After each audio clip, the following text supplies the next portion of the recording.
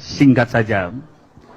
Saudara sekalian, negeri kita ini beruntung telah melahirkan dua putra bangsa terbaik.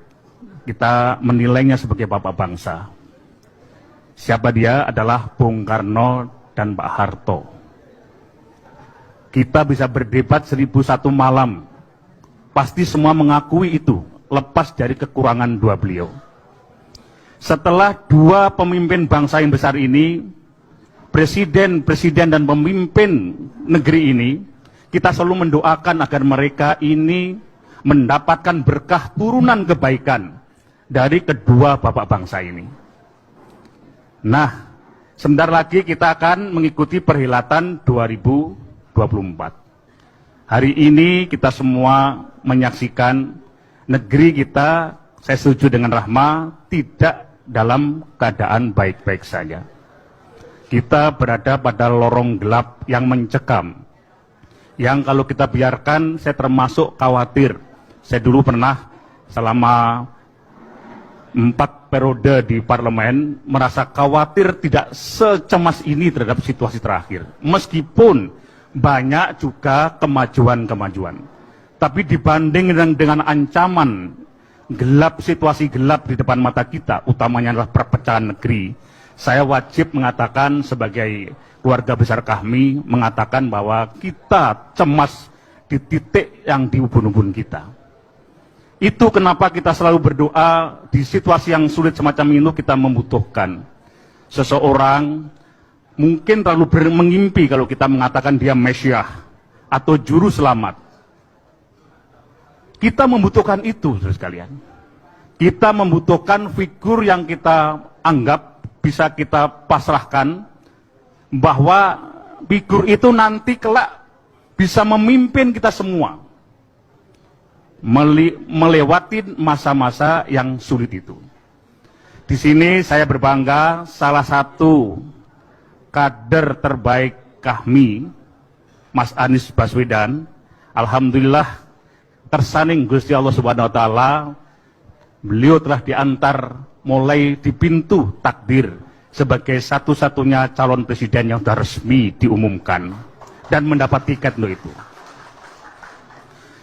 Rugi besar negeri ini kalau orang sebaik Mas Anies Baswedan kemudian dipinggirkan atas nama kekuasaan, atas nama ketidaksenangan, atas nama kecemburuan, atas nama keinginan-keinginan yang mengkhawatirkan katanya. Saya mengenal beliau utamanya ketika kami sama-sama aktif di Gajah Mada dulu. Saya termasuk yang bersaksi terhadap siapapun mengatakan bahwa khawatir terhadap Anies Baswedan itu terlalu di pojok kanan. Saya ingin beritahukan kesaksian kami ketika kami masih bersama-sama dulu masa-masa muda itu. Anies Baswedan, saya nilai, kita semua nilai sebagai kawan yang tahu kiprahnya ketika awal-awal sebagai aktivis ya. Saya anggap kajian nilai sebagai orang yang paripurna berbicara tentang kebangsaan.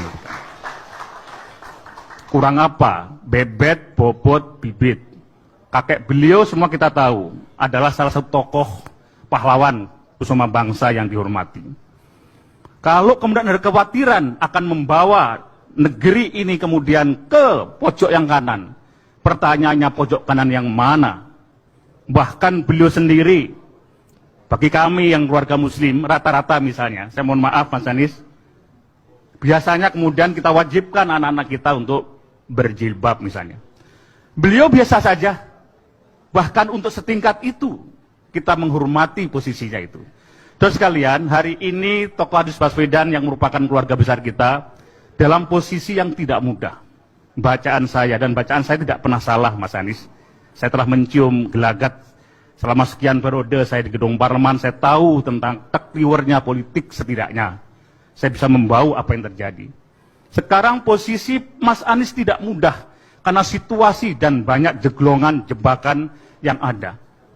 Masih banyak duri-duri depan kita. Padahal tokoh lain tidak diperlakukan seperti itu. Kenapa begitu? Wallahu a'lam bishawab. Biasanya Mas Anies, tokoh besar itu akan lahir lewat situasi yang sulit dan tidak mudah. Tepuk tangan. Biasanya pemimpin besar itu yang diinginkan dan diharapkan oleh situasi kenegaraan, situasi lingkungan tanah airnya, ialah melewati masa-masa, melewati situasi-situasi yang penuh onak dan duri. Baik. Oleh karena itu, saudara sekalian, saya berpandangan, mudah-mudahan ini cuma ini, nanti tiba saatnya orang-orang yang banyak diem, termasuk saya dan banyak kawan lainnya, pada saatnya silent majority akan tidak terbendung lagi untuk menyampaikan halalan toyiban, hak dan yang diperlukan untuk menyelamatkan negeri yang kita cintai ini. Hanya itu, saya tidak bisa mengatakan banyak. Saya belum saya bukan menjadi tim suksesnya Mas Anies Baswedan. Tapi saya sampaikan hati kecil saya.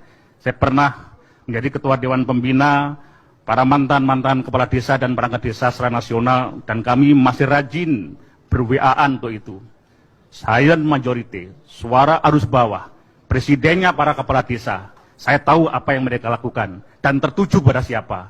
Tokoh Anies Baswedan kelak akan tidak terbendung ketika sudah tiba saatnya. Insya Allah demikianlah ya, Merahma Sarita, saya kira itu sedikit saja yang saya sampaikan.